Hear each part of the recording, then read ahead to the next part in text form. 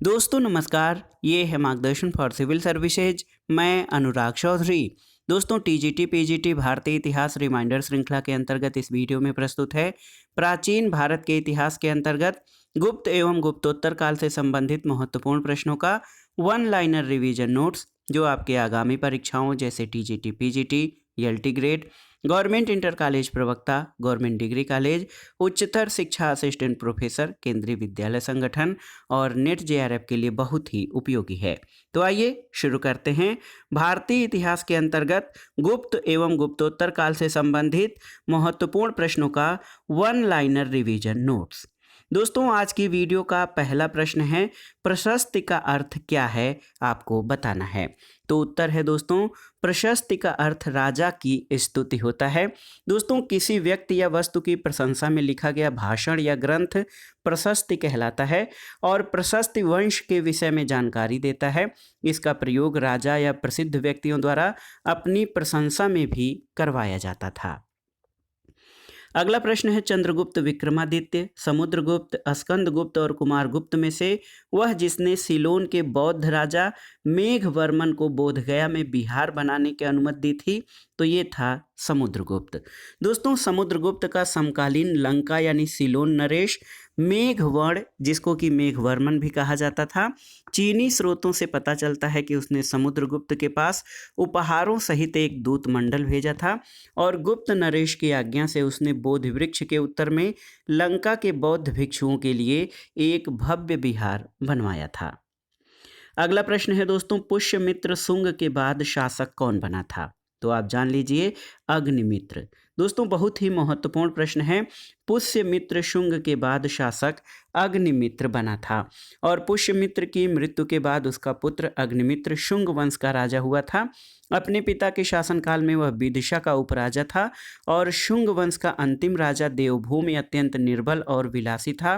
वो अपने शासन के अंतिम दिनों में अपने अमात्य वसुदेव के षड्यंत्रों द्वारा मार डाला गया था। अगला प्रश्न है दोस्तों, ग्वालियर के निकट बाघ की गुफाएं किस चित्रकला का प्रतिनिधित्व करती हैं? तो उत्तर है दोस्तों, गुप्त युग की चित्रकला का प्रतिनिधित्व करती हैं बाघ की गुफाएं। और गुप्त काल में गुफा चित्रांकन का दूसरा उदाहरण बाघ की गुफाएं हैं और इनकी विधि जो है गुप्तकालीन है। इन गुफाओं के चित्र लोक जीवन से संबंधित हैं। अगला प्रश्न है दोस्तों, गुप्त काल में युद्ध और शांति का मंत्री किस नाम से जाना जाता था? तो आप जान लीजिए, संधि विग्रहिक।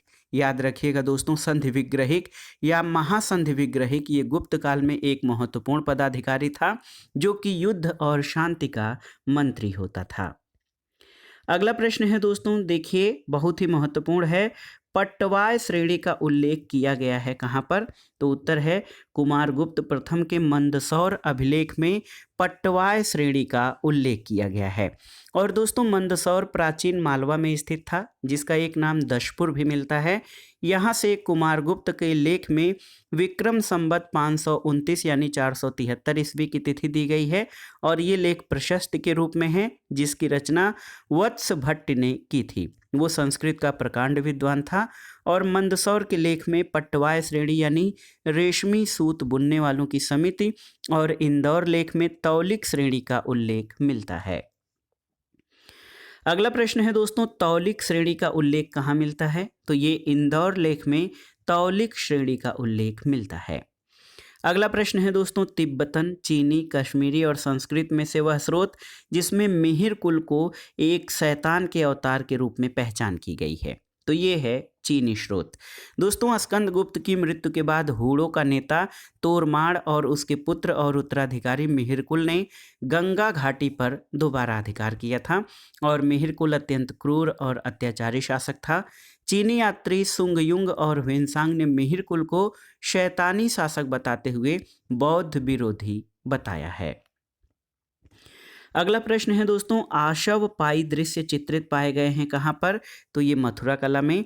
और आप जान लीजिए दोस्तों, मथुरा कला की मूर्ति के प्रथम दर्शन और उसकी पहचान 1836 में हुई थी और ये आजकल कोलकाता के संग्रहालय में है। ये आसवपाई का दृश्य है और एक विचारक विद्वान रहे हैं F.S. ग्राउज। इन्होंने 1832 में पालीखेड़ा नामक स्थान से दूसरी प्रतिमा आसवपाई कुबेर को प्राप्त किया था और कुबेर की आसवपाई यानी पान गोष्ठी की मूर्तियां मथुरा के पालीखेरा, नरोली और महोली से प्राप्त हुई हैं। अगला प्रश्न है दोस्तों, वह अभिलेख जिसमें चंद्रगुप्त द्वितीय को राजाधिराजर्षि की उपाधि दी गई है। तो ये चंद्रगुप्त द्वितीय का उदयगिरी गुहालेख है। बहुत ही महत्वपूर्ण प्रश्न है दोस्तों। उदयगिरी गुहालेख में चंद्रगुप्त द्वितीय को राजाधिराजर्षि की उपाधि दी गई है और ये अभिलेख चंद्रगुप्त द्वितीय के संधि विग्रहक वीरसेन शैव का है। अगला प्रश्न है दोस्तों, शिव, गणेश, सूर्य और कुमार में से वह देवता जिसका उल्लेख गुप्त काल के दौरान लोकर्का के रूप में किया गया है। ये बहुत ही महत्वपूर्ण प्रश्न है और आप जान लीजिए सूर्य का। आप जान लीजिए दोस्तों, बहुत ही महत्वपूर्ण प्रश्न है। गुप्त काल के दौरान लोकर्का या लोकार्क के रूप में सूर्य देवता का उल्लेख किया गया है और अभिलेखों में सूर्य देवता के कई नाम मिलते हैं, भास्कर, आदित्य, वरुण, स्वामी, मार्तंड आदि।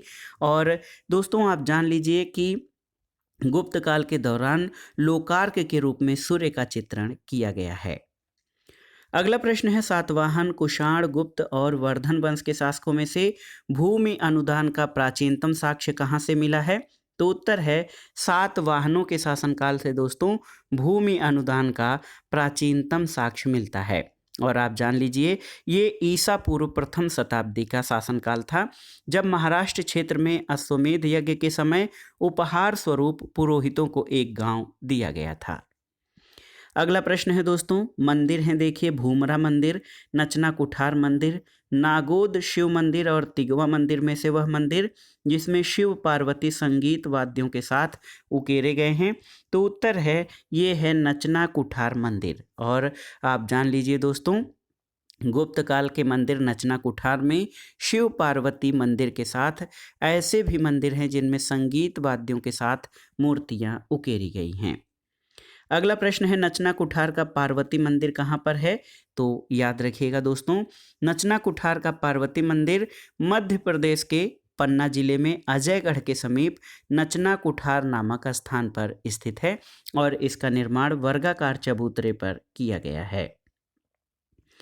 अगला प्रश्न है, काचगुप्त की ऐतिहासिकता का मुख्य साक्ष्य क्या है। तो उत्तर है क्या, मुद्रा। याद रखिएगा दोस्तों, प्रयाग प्रशस्ति के आरंभ में 8 श्लोक प्राप्त होते हैं जिसमें कुछ खंडित अवस्था में हैं और चतुर्थ श्लोक में चंद्रगुप्त प्रथम द्वारा समुद्रगुप्त के उत्तराधिकारी चुने जाने का विवरण सुनिश्चित है। और आप जान लीजिए कि समुद्रगुप्त को जो है उसके अन्य भाइयों ने उसके निर्वाचन का विरोध किया था। समुद्रगुप्त को उसके साथ उत्तराधिकार का एक युद्ध लड़ना पड़ा था और इस विद्रोह का नेतृत्व काच नामक उसके भाई ने किया था और काच नामधारी कुछ सिक्के भी मिलते हैं। इसके मुख्य भाग पर राजा की आकृति और मुद्रा लेख और काच पृथ्वी को जीतकर उत्तम कर्मों द्वारा स्वर्ग को जीतता है, ये उत्कर्ण है। अगला प्रश्न है दोस्तों, गुप्त संवत 61 का मथुरा स्तंभ लेख किससे संबंधित है। तो ये चंद्रगुप्त द्वितीय से संबंधित है और दोस्तों वो पहला गुप्त शासक था, याद रखिएगा, चंद्रगुप्त द्वितीय, जिसने परम भागवत की उपाधि धारण की थी। अगला प्रश्न है, गुप्त वंश के शासक रामगुप्त का नाम आता है कहाँ पर। तो ये अमोघ वर्ष के संजन ताम्रपत्र लेख में दोस्तों आप जान लीजिए, अमोघ वर्ष के संजन ताम्रपत्र लेख में गुप्त वंश के शासक रामगुप्त का नाम आता है और राष्ट्रकूट वंश के ही शासक गोविंद चतुर्थ के काम्बे और सांगली अभिलेख में भी इस बात की पुष्टि होती है। और आप जान लीजिए संजन ताम्रपत्र लेख ये राष्ट्रकूट शासक अमोघ वर्ष का है। अगला प्रश्न है दोस्तों, गुप्त संवत और शक संवत के बीच कितना अंतर है। तो उत्तर है यहाँ पर दोस्तों गुप्त संवत और शक संवत के बीच 241 वर्षों का अंतर है, याद रखिएगा। अगला प्रश्न है, श्रीगुप्त, घटोत्कच, समुद्रगुप्त और चंद्रगुप्त प्रथम में से सबसे पहले सिक्के किसने जारी किए थे। तो चंद्रगुप्त प्रथम ने। दोस्तों सबसे पहले सिक्के जारी करने वाला जो शासक था इसमें चंद्रगुप्त प्रथम है। अगला प्रश्न है, प्रयाग प्रशस्ति के लेखक कौन हैं। तो हरिसेन। दोस्तों प्रयाग प्रशस्ति के लेखक हरिसेन हैं और इसके अलावा आप देख सकते हैं दोस्तों, बहुत ही महत्वपूर्ण है, समुद्रगुप्त की प्रशस्ति जो है वो प्रयाग प्रशस्ति के नाम से जानी जाती है। और इलाहाबाद प्रशस्ति या प्रयाग प्रशस्ति, इसके लेखक हरिसेन कहा जाता है, हरिसेन को। दोस्तों, इलाहाबाद का अशोक स्तंभ अभिलेख समुद्रगुप्त के शासनकाल के बारे में सूचना मिलता है और इस स्तंभ पर समुद्रगुप्त के महासंधि विग्रहिक हरिसेन ने संस्कृत भाषा में प्रशंसात्मक वर्णन किया है, जिसे प्रयाग प्रशस्ति कहा जाता है। और इसमें समुद्रगुप्त की विजयों का उल्लेख है। और अशोक द्वारा निर्मित यह स्तंभ मूलतः कौशाम्बी में स्थित था, जिसे अकबर ने इलाहाबाद में स्थापित कराया था। और इस स्तंभ पर जहांगीर और बीरबल का भी उल्लेख है। तो याद रखिएगा दोस्तों, ये बहुत ही महत्वपूर्ण है। प्रयाग प्रशस्ति के लेखक हरिसेन है और हरिसेन समुद्रगुप्त का महासंधि विग्रहिक यानी युद्ध और शांति का मंत्री था। अगला प्रश्न है, प्रयाग प्रशस्ति का कोट्टूर नामक स्थान कहाँ से समीकृत किया गया है? तो इसका स्थल वर्तमान के ओडिशा के गंजाम जिले में स्थित कोठूर से समीकृत किया गया है। अगला प्रश्न है दोस्तों, दुर्जनपुर, उदयगिरी, विदिशा और सांची में से गुप्त युगीन ब्राह्मी अभिलेख से युक्त जैन प्रतिमाएं कहाँ से मिली हैं? तो ये दुर्जनपुर से मिली हैं। बहुत ही महत्वपूर्ण प्रश्न है दोस्तों।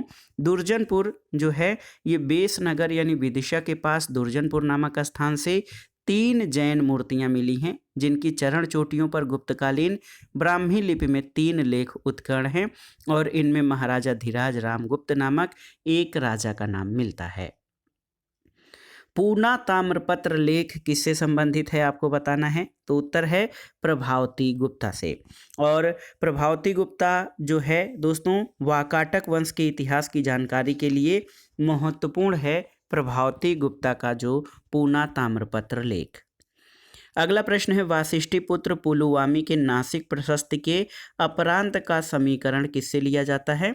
तो दोस्तों, अपरांत को जो है उत्तरी कोकण से मिलान किया जाता है। और सातवाहन वंश का संस्थापक शिमुक था और इस वंश के शासकों की राजधानी प्रतिष्ठानपुर थी। अगला प्रश्न है, चंद्रगुप्त, श्रीगुप्त, रामगुप्त और घटोत्कच में से गुप्त वंश का प्रथम शासक किसे माना जाता है? तो याद रखिएगा श्रीगुप्त को। और गुप्त वंश की स्थापना 275 ईस्वी में महाराज श्रीगुप्त के द्वारा की गई थी। लेकिन गुप्त वंश का प्रथम शक्तिशाली शासक चंद्रगुप्त प्रथम था, जिसने 319 से 334 ईस्वी तक शासन किया। और दोस्तों, इसने अपनी महत्ता सूचित करने के लिए अपने पूर्वजों के विपरीत महाराजा धीराज की उपाधि धारण की थी। और लिच्छवियों का सहयोग और समर्थन प्राप्त करने के लिए चंद्रगुप्त प्रथम ने उनकी राजकुमारी कुमार देवी के साथ विवाह किया था। और समुद्रगुप्त के प्रयाग प्रशस्त्र में उसे लिच्छवी दौहित्र यानी लिच्छवी कन्या से उत्पन्न बताया गया है। इसके अलावा दोस्तों, वायु पुराण और नारद स्मृति से गुप्त युग की महत्वपूर्ण सूचनाएं मिलती हैं। अगला प्रश्न है, लिच्छवी दौहित्र किसे कहा गया है? तो समुद्रगुप्त को। और देखिए, वो शासक जिसने सबसे पहले महाराजा धीराज की उपाधि धारण की थी, तो चंद्रगुप्त प्रथम ने। और अगला प्रश्न है दोस्तों, गुप्त संवत की शुरुआत कब हुई थी? तो 319 ईस्वी में। याद रखिएगा दोस्तों, गुप्त संवत की शुरुआत 319 ईस्वी में हुई थी और गुप्त संवत को शुरू करने वाला शासक चंद्रगुप्त प्रथम था।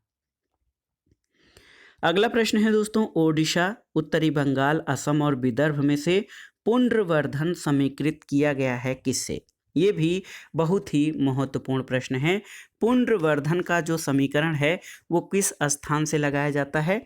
तो उत्तर है दोस्तों, पुंड्रवर्धन का जो स्थान है वो उत्तरी बंगाल से समीकृत किया गया है। और आप जान लीजिए, गुप्त शासक कुमारगुप्त प्रथम के समय उत्तरी बंगाल में पुंड्रवर्धन नामक गुप्तों का एक प्रदेश था और आधुनिक बांग्लादेश के दिनाजपुर जिले में स्थित दामोदरपुर से उसका ताम्रपत्र मिलता है, जिसमें इस प्रांत या भुक्ति का उल्लेख मिलता है। अगला प्रश्न है दोस्तों, बौद्ध स्थल नालंदा विश्वविद्यालय का उत्खनन किसने करवाया था? तो याद रखिएगा, डॉक्टर स्पूनर ने। बहुत ही महत्वपूर्ण प्रश्न है दोस्तों। 5वीं शताब्दी के मध्य गुप्तों के समय नालंदा में स्थित विश्वविद्यालय अस्तित्व में आया था और सबसे पहले कुमारगुप्त प्रथम ने नालंदा बौद्ध विहार को दान दिया और बाद में बुधगुप्त, तथागत गुप्त और बालादित्य नामक गुप्त शासकों ने भी इस विहार को दान दिया था। और बौद्ध स्थल नालंदा विश्वविद्यालय का उत्खनन डॉक्टर बी स्पूनर ने 1916 में करवाया था। तो तिथि याद रखिएगा, 1916 में डॉक्टर स्पूनर ने नालंदा का उत्खनन करवाया था। अगला प्रश्न है, बहुत ही महत्वपूर्ण है दोस्तों, आप देख लीजिए कि एरण अभिलेख में सर्वराजोच्छेता किसे कहा गया है? तो उत्तर है समुद्रगुप्त को। एरण अभिलेख दोस्तों, इसमें सर्वराजोच्छेता समुद्रगुप्त को कहा गया है। एरण अभिलेख मध्य प्रदेश से मिलता है। इसमें समुद्रगुप्त को पृथु, राघव आदि राजाओं से बढ़कर दानी कहा गया है और इसमें कहा गया है कि समुद्रगुप्त प्रसन्न होने पर कुबेर और नाराज होने पर यमराज के समान था और इस अभिलेख में इसकी पत्नी दत्त देवी और अनेक पुत्र पौत्र बताए गए हैं। अगला प्रश्न है, भारत का नेपोलियन किसे कहा जाता है? तो समुद्रगुप्त को भारत का नेपोलियन कहा जाता है। दोस्तों, समुद्रगुप्त गुप्त वंश का महान शासक था। वो कभी भी पराजित नहीं हुआ था। उसकी वीरता को देखकर विंसेंट स्मिथ, दोस्तों VA स्मिथ यानी विंसेंट स्मिथ ने इसे भारत के नेपोलियन की संज्ञा दी थी। चंद्रगुप्त द्वितीय को दोस्तों आप जान लीजिए विक्रमादित्य कहा जाता था और जो है दोस्तों समुद्रगुप्त को भारत का नेपोलियन VA स्मिथ ने कहा था। अगला प्रश्न है, चंद्रगुप्त प्रथम, चंद्रगुप्त द्वितीय, चंद्रगुप्त तथा अशोक में से वह जो एक कुशल संगीतज्ञ भी था, तो वो था समुद्रगुप्त। दोस्तों, समुद्रगुप्त कुशल संगीतज्ञ था और उसके सिक्कों पर उसे वीणा वादन करते हुए चित्रित किया गया है। अगला प्रश्न है दोस्तों, समुद्रगुप्त द्वारा पराजित शासक हस्तिवर्मा कहाँ का शासक था? तो याद रखिएगा, ये दोस्तों वेंगी का शासक था और आप जान लीजिए वेंगी जो है कृष्णा और गोदावरी नदियों के बीच नेल्लौर के उत्तर में पेडेड वेगी नामक स्थान है। और दोस्तों समुद्रगुप्त ने दक्षिणापथ की विजय की जिसमें 12 शासकों को पराजित किया और उसमें हस्तिवर्मा भी प्रमुख शासक था। अगला प्रश्न है दोस्तों, समुद्रगुप्त के समय कांची का राजा कौन था? तो ये है विष्णुगुप्त। और समुद्रगुप्त का समकालीन श्रीलंका का राजा कौन था? तो मेघवर्ण या मेघवर्मन दोस्तों समुद्रगुप्त का समकालीन श्रीलंका का राजा था।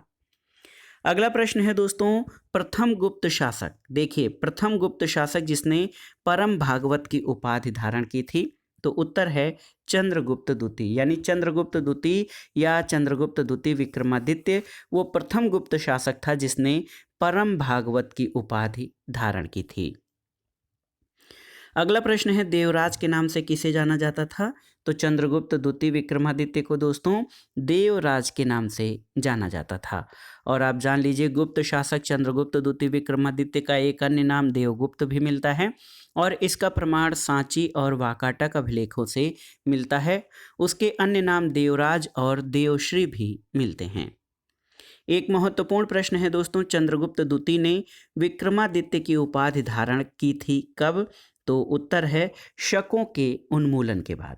दोस्तों देखिए, चंद्रगुप्त सम्राट द्वितीय विक्रमादित्य को शक विजेता भी कहा जाता है और पश्चिम भारत के अंतिम शक राजा रुद्र सिंह तृतीय को चंद्रगुप्त द्वितीय ने 5वीं शताब्दी के प्रथम दशक में परास्त कर पश्चिमी भारत में शक सत्ता का उन्मूलन किया था और अपनी इसी उपलब्धि के बाद उसने विक्रमादित्य की उपाधि धारण की थी।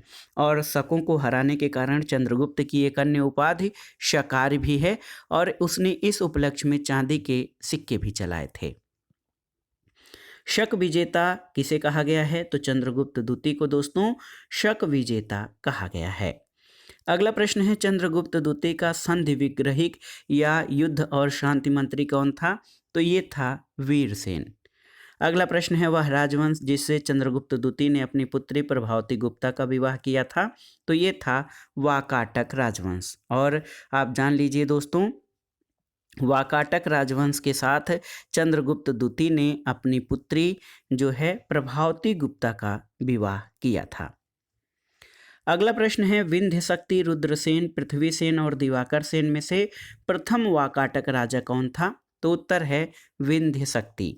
दोस्तों विंध्य शक्ति जो था ये प्रथम वाकाटक राजा था। अगला प्रश्न है दोस्तों, देखिए 4 अश्वमेध यज्ञ और सम्राट की उपाधि धारण करने वाला जो वाकाटक नरेश था वो कौन है? तो ये है प्रवरसेन प्रथम। दोस्तों प्रवरसेन प्रथम वाकाटक वंश का एकमात्र ऐसा शासक था जिसने सम्राट की उपाधि धारण की थी। वो एक धर्मनिष्ठ ब्राह्मण था जिसने 4 अश्वमेध यज्ञ और एक वाजपेय यज्ञ के अतिरिक्त अनेक वैदिक यज्ञों का अनुष्ठान किया था। अगला प्रश्न है दोस्तों, वह वाकाटक शासक जिसने चंद्रगुप्त द्वितीय की पुत्री प्रभावती गुप्ता से विवाह किया था? तो ये था रुद्रसेन द्वितीय। दोस्तों रुद्रसेन द्वितीय से चंद्रगुप्त नरेश चंद्रगुप्त द्वितीय ने अपनी पुत्री प्रभावती गुप्ता का विवाह किया था और इस विवाह के पीछे राजनीतिक कारण बहुत महत्वपूर्ण थे। अगला प्रश्न है दोस्तों, मेहरौली स्तंभ लेख किससे संबंधित है? तो ये चंद्रगुप्त द्वितीय से संबंधित है। मेहरौली स्तंभ लेख प्राप्त हुआ है कहाँ से? तो ये दिल्ली से प्राप्त हुआ है। और अगला प्रश्न देखते हैं, अमर सिंह, बेताल भट्ट, छपड़क और नागार्जुन में से चंद्रगुप्त विक्रमादित्य के नवरत्नों में कौन शामिल नहीं था? तो नागार्जुन। दोस्तों नागार्जुन जो है ये चंद्रगुप्त विक्रमादित्य के नवरत्नों में शामिल नहीं था। और आप जान लीजिए नवरत्न जो थे वो चंद्रगुप्त विक्रमादित्य के दरबार में 9 विद्वानों की एक मंडली थी। इसमें कालिदास, धन्वंतरि, बाराहमिहिर, अमर सिंह, छपड़क, शंकु, बेताल भट्ट, घटकरपर, वररुच जैसे विद्वान थे। और ये नवरत्न उज्जैन दरबार को सुशोभित करते थे जो विक्रमादित्य की दूसरी राजधानी थी। अगला प्रश्न है दोस्तों, समुद्रगुप्त, चंद्रगुप्त द्वितीय, कुमारगुप्त प्रथम और कुमारगुप्त द्वितीय में से वह जिसने उज्जैन को अपनी दूसरी राजधानी बनाया था? तो चंद्रगुप्त द्वितीय विक्रमादित्य ने दोस्तों उज्जैन को अपनी दूसरी राजधानी बनाया था, जबकि गुप्त साम्राज्य की राजधानी पाटलिपुत्र थी। अगला प्रश्न है दोस्तों, चीनी यात्री फाहियान भारत किसके समय काल में आया था? तो चंद्रगुप्त द्वितीय के शासनकाल में फाहियान भारत यात्रा पर आया था। अगला प्रश्न है, वह गुप्त और वाकाटक रानी जिसने अनुदान स्वरूप भूमि प्रदान की थी? तो प्रभावती गुप्ता ने। अगला प्रश्न है दोस्तों, देखिए बहुत ही महत्वपूर्ण प्रश्न है, कुमार देवी किसकी पत्नी थी? तो गुप्त शासक चंद्रगुप्त प्रथम की। चंद्रगुप्त प्रथम का शासनकाल दोस्तों 319 से 335 ईस्वी है और चंद्रगुप्त प्रथम को गुप्त वंश का वास्तविक संस्थापक कहा जाता था और इसने महाराजा धीराज की उपाधि धारण की थी। इसके राज्यारोहण की तिथि 319 ईस्वी गुप्त संवत का आरंभ माना जाता है और मुद्रा साक्ष्यों से ये पता चलता है कि चंद्रगुप्त प्रथम ने लिच्छवी राजकुमारी कुमार देवी से विवाह किया था। अगला प्रश्न है, सम्राट कुमारगुप्त प्रथम की माता कौन थी? तो ध्रुव देवी दोस्तों कुमारगुप्त प्रथम की माता थी। चंद्रगुप्त द्वितीय के बाद कुमारगुप्त प्रथम साम्राज्य की गद्दी पर बैठा था और वो चंद्रगुप्त द्वितीय की पत्नी ध्रुव देवी से उत्पन्न उसका सबसे बड़ा पुत्र था और उसका गोविंद गुप्त नामक एक छोटा भाई भी था जो कुमारगुप्त के समय में बशाढ़ या वैशाली का राज्यपाल था। अगला प्रश्न है दोस्तों, आप देखिए कनिष्क, हुविस्क, समुद्रगुप्त और स्कंदगुप्त में वह जिसके सोने के सिक्के वजन में सबसे अधिक भारी हैं? तो उत्तर है स्कंदगुप्त। दोस्तों स्कंदगुप्त के सोने के सिक्के जो हैं वो वजन में सबसे भारी हैं और स्कंदगुप्त के स्वर्ण के सिक्कों का वजन 144 ग्रेन होता था। कुछ अन्य महत्वपूर्ण तथ्यों को देख लेते हैं। एरण, जूनागढ़, मंदसौर और सांची में से सती प्रथा का प्रथम अभिलेखीय साक्ष्य कहाँ से मिलता है? तो एरण अभिलेख से दोस्तों सती प्रथा का प्रारंभिक अभिलेखीय साक्ष्य मिलता है। सती प्रथा संबंधी प्रथम अभिलेखीय साक्ष्य प्राप्त हुआ है तो ये 510 ईस्वी में। नारद, पराशर, याज्ञवल्क्य और मनुस्मृतियों में से वह जिसमें कायस्थ शब्द का उल्लेख सबसे पहले मिलता है? तो उत्तर है दोस्तों याज्ञवल्क्य स्मृति से कायस्थ शब्द का उल्लेख सबसे पहले मिलता है। अगला प्रश्न है, एक जाति के रूप में कायस्थों का सर्वप्रथम उल्लेख कहाँ है? तो ओशनम स्मृति में दोस्तों एक जाति के रूप में कायस्थों का उल्लेख सबसे पहले मिलता है। अगला प्रश्न है, भारत का शेक्सपियर किसे कहा जाता है? तो कालिदास को। अजंता की वह गुफा जिसमें मरणासन्न राजकुमारी नामक चित्र है तो ये अजंता की 16वीं गुफा है। अगला प्रश्न है परमार, पल्लव, गुप्त और चंदेल में से वह जिसके काल में मंदिर की वास्तुकला में सर्वप्रथम गंगा और यमुना की आकृतियां आती हैं, तो ये है गुप्त काल। गुप्त काल के मंदिर वास्तुकला में सबसे पहले गंगा और यमुना की आकृतियां आती हैं। अगला प्रश्न है धमेख स्तूप स्थित है कहाँ पर, तो याद रखिएगा दोस्तों, धमेख स्तूप ये सारनाथ में स्थित है। और अगला प्रश्न है अभिज्ञान शाकुंतलम जो कि प्रसिद्ध नाटक है, ये किसका लिखा हुआ है, तो अभिज्ञान शाकुंतलम के रचयिता कालिदास हैं। अगला प्रश्न है दोस्तों मंदसौर प्रशस्ति की रचना किसने की थी, तो उत्तर है मंदसौर प्रशस्ति जो है दोस्तों ये वत्स भट्ट ने इसकी रचना की थी। और मंदसौर प्राचीन मालवा में स्थित था जिसका एक नाम दशपुर भी मिलता है। और यहाँ से प्राप्त कुमारगुप्त के लेख में विक्रम संवत 529 ईस्वी की तिथि दी गई है और ये लेख प्रशस्ति के रूप में है जिसकी रचना वत्स भट्ट ने की थी। वो संस्कृत का प्रकांड विद्वान था। अगला प्रश्न है दोस्तों मथुरा, भीतरी, जूनागढ़ और सांची के अभिलेखों में से वह जिसमें स्कंदगुप्त के राज्यकाल में हूणों के आक्रमण का उल्लेख है, तो ये है भीतरी अभिलेख। दोस्तों भीतरी अभिलेख में जो है स्कंदगुप्त के शासनकाल में हूणों के आक्रमण का उल्लेख मिलता है। और भीतरी स्तंभलेख ये गाजीपुर उत्तर प्रदेश में पुष्यमित्र और हूणों के साथ स्कंदगुप्त के युद्ध का वर्णन मिलता है। अगला प्रश्न सही सुमेलित करना है। यहाँ पर देखिए बहुत ही महत्वपूर्ण प्रश्न है।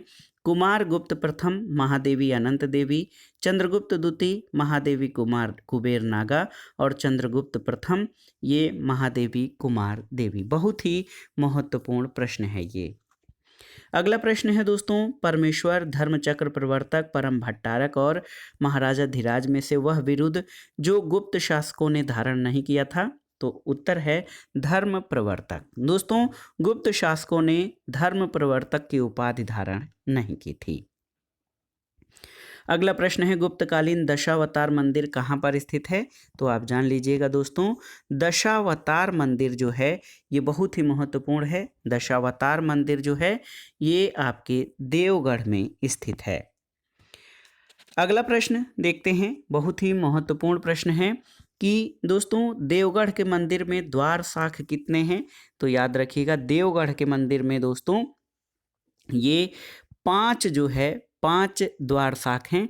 और देवगढ़ मंदिर आप जान लीजिए उत्तर प्रदेश के ललितपुर जिले में स्थित है। देवगढ़ मंदिर भगवान विष्णु को समर्पित है। अगला प्रश्न है वह दिशा जिसमें देवगढ़ के दशावतार मंदिर का द्वार है, तो ये पश्चिम दिशा में है। अगला प्रश्न है चंद्रगुप्त द्वितीय के समय में पाशुपतों का महत्वपूर्ण केंद्र कौन था, तो उत्तर है मथुरा। दोस्तों आप जान लीजिए बहुत ही महत्वपूर्ण प्रश्न है।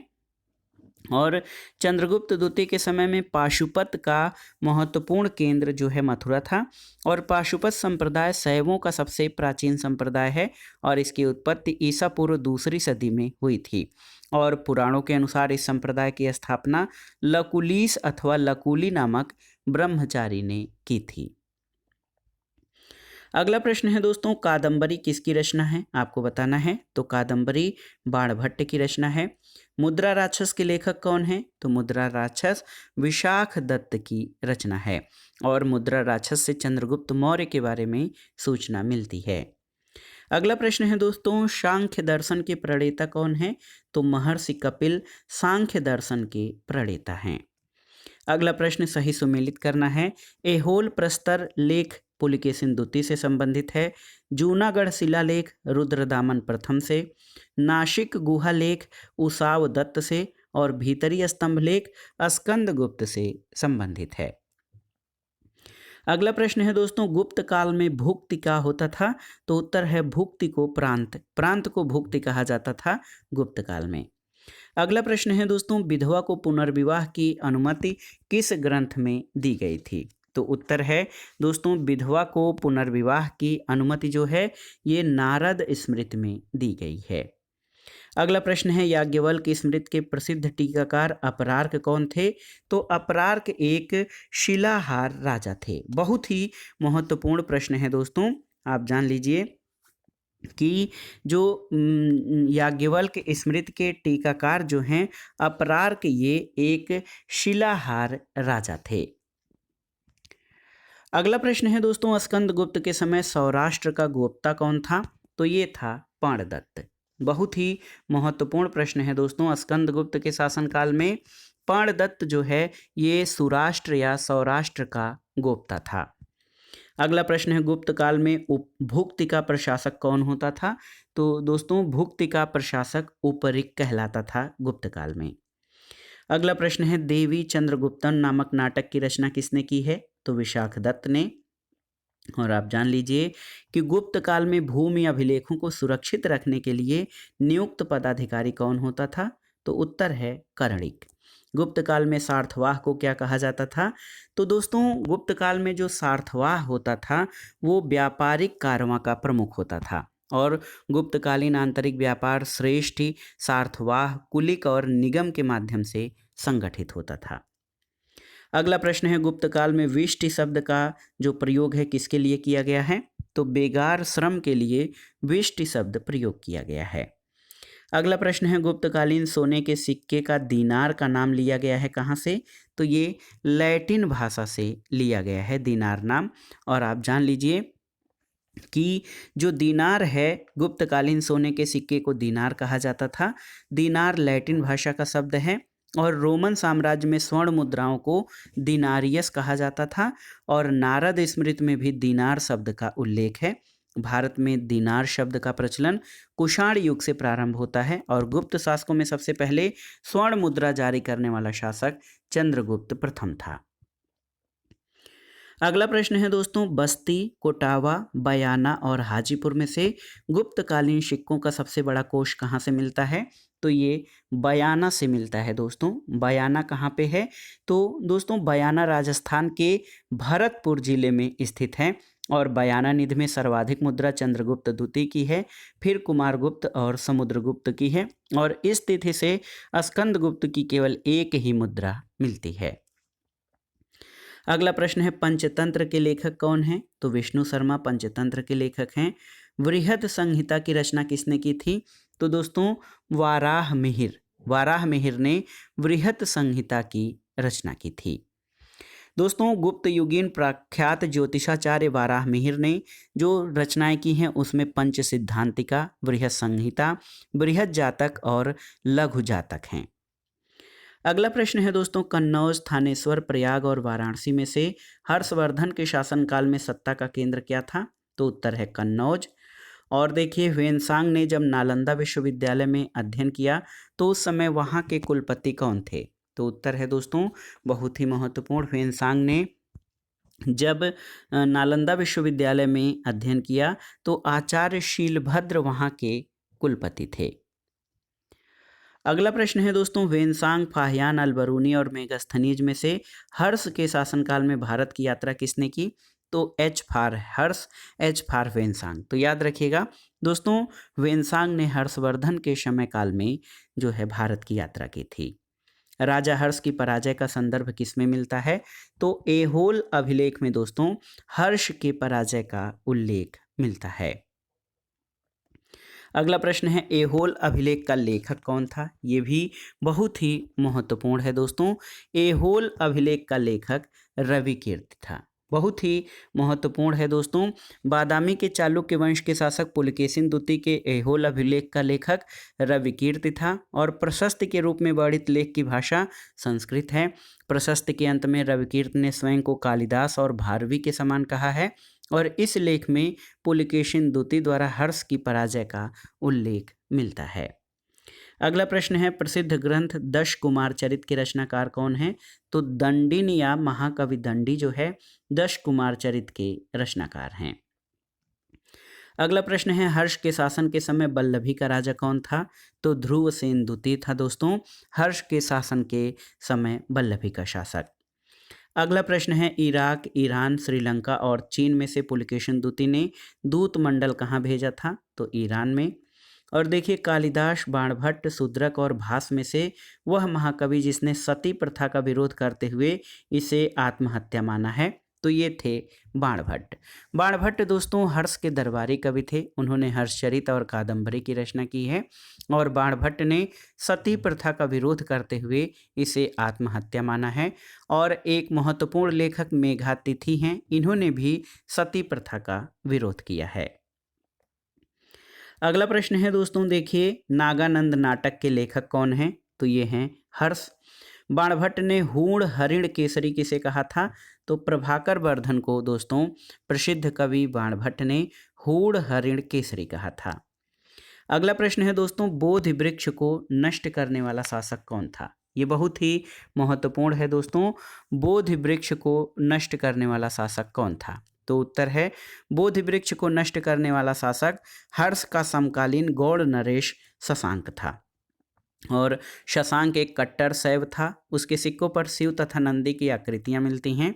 और दोस्तों वेनसांग के विवरण से पता चलता है कि उसने बोध गया के बोधि वृक्ष को कटवाकर गंगा में फेंकवा दिया और समीप के एक मंदिर से बुद्ध की मूर्ति को हटवाकर शिव की प्रतिमा प्रतिष्ठित करवाई। इसके अलावा उसने पाटलिपुत्र के मंदिर में रखे बुद्ध के चरण चिन्ह अंकित पाषाण स्तंभ को गंगा नदी में फेंकवा दिया था। और आर्य मंजू श्री मूल कल्प में उसका चित्रण बौद्ध द्रोही के रूप में किया गया है। अगला प्रश्न है दोस्तों, देखिए सांची, गिरनार, लुम्बिनी और सारनाथ में से वह स्थान जहाँ से संस्कृत भाषा में उत्कीर्ण पहला अभिलेख मिला है? तो ये गिरनार से। और देखिए वातापी, कन्नौज, मान्यखेत और कांची में से चालुक्य वंश की राजधानी क्या थी? तो चालुक्य वंश की राजधानी दोस्तों क्या थी? वातापी। दोस्तों बीजापुर कर्नाटक जिले के वातापी नामक प्राचीन नगर का आधुनिक नाम बादामी है और 6वीं 7वीं शताब्दी में ये चालुक्यों की राजधानी थी। वातापी के चालुक्य राजवंश का वास्तविक संस्थापक पुलिकेशिन प्रथम था। अगला प्रश्न कथन कारण से संबंधित है। कथन है गुप्त काल में साहित्यिक कृतियों का विकास हुआ है। कारण है कि उस समय की व्यापक अवस्थाएं ऐसे विकास में सहायक थीं। तो आप जान लीजिए दोस्तों ए और आर दोनों सही हैं और आर ए की सही व्याख्या करता है। अगला प्रश्न भी कथन कारण से है। पुलिकेशिन द्वितीय ने हर्षवर्धन को हराया, ये कथन है। कारण है क्योंकि वह उत्तरी भारत में अपने राज्य का विस्तार करना चाहता था। तो देखिए कथन और कारण दोस्तों दोनों ही सही हैं। अगला प्रश्न है, देखिए समुद्रगुप्त का इलाहाबाद स्तंभ अभिलेख, चंद्रगुप्त द्वितीय का उदयगिरि गुफा अभिलेख, कुमारगुप्त प्रथम का विलसद स्तंभ अभिलेख और स्कंदगुप्त का भीतरी स्तंभ अभिलेख में विष्णु मंदिर के लिए एक ग्राम दिए जाने का उल्लेख किसमें है? तो ये स्कंदगुप्त के भीतरी स्तंभ अभिलेख में दोस्तों विष्णु मंदिर के लिए एक गांव दान दिए जाने का उल्लेख मिलता है। अगला प्रश्न सही सुमेलित करना है। दक्षिण भारत के समुद्रगुप्त के समकालीन नरेश और उनके राज्य। देखिए समुद्रगुप्त का समकालीन शासक धनंजय कुस्थलपुर का नरेश था, नीलराज अवमुक्त प्रदेश का, उग्रसेन पालक का और विष्णुगोप कांची का शासक था। अगला प्रश्न है दोस्तों, गुप्त संवत के प्रारंभ के निर्धारण में सबसे महत्वपूर्ण सूचना किसने दी है? तो उत्तर है अल-बरूनी ने। दोस्तों अल-बरूनी ने गुप्त वंश या गुप्त संवत के प्रारंभ के निर्धारण में सबसे महत्वपूर्ण सूचना दी है। अगला प्रश्न है दोस्तों, वह गुप्त अभिलेख जिसमें चंद्रगुप्त द्वितीय राजाधिराजर्षि के रूप में वर्णित है? तो उत्तर है चंद्रगुप्त द्वितीय के उदयगिरि गुहा अभिलेख में चंद्रगुप्त द्वितीय को राजाधिराजर्षि के रूप में वर्णित किया गया है। और अगला प्रश्न है दोस्तों बहुत ही महत्वपूर्ण प्रश्न है, गुप्तकालीन शिलालेख में कृष्ण और देवकी का उल्लेख किसमें मिलता है? तो उत्तर है स्कंदगुप्त का भीतरी स्तंभ लेख। दोस्तों बहुत ही महत्वपूर्ण प्रश्न है, आप जान लीजिए कि स्कंदगुप्त का भीतरी जो है स्तंभ लेख में कृष्ण और देवकी का उल्लेख मिलता है। तो दोस्तों ये था आज का वीडियो टीजीटी पीजीटी भारतीय इतिहास रिमाइंडर श्रृंखला के अंतर्गत गुप्त एवं गुप्तोत्तर काल से संबंधित महत्वपूर्ण प्रश्न। ये प्रश्न आपके आगामी परीक्षाओं के लिए बहुत ही उपयोगी हैं, आप इन प्रश्नों को तैयार कर लीजिएगा। वीडियो आपको कैसा लगा हमें कमेंट बॉक्स में ज़रूर बताइएगा। वीडियो को लाइक करें, शेयर करें और इस चैनल मार्गदर्शन फॉर सिविल सर्विसेज को सब्सक्राइब करें। वीडियो देखने के लिए धन्यवाद दोस्तों, नमस्कार।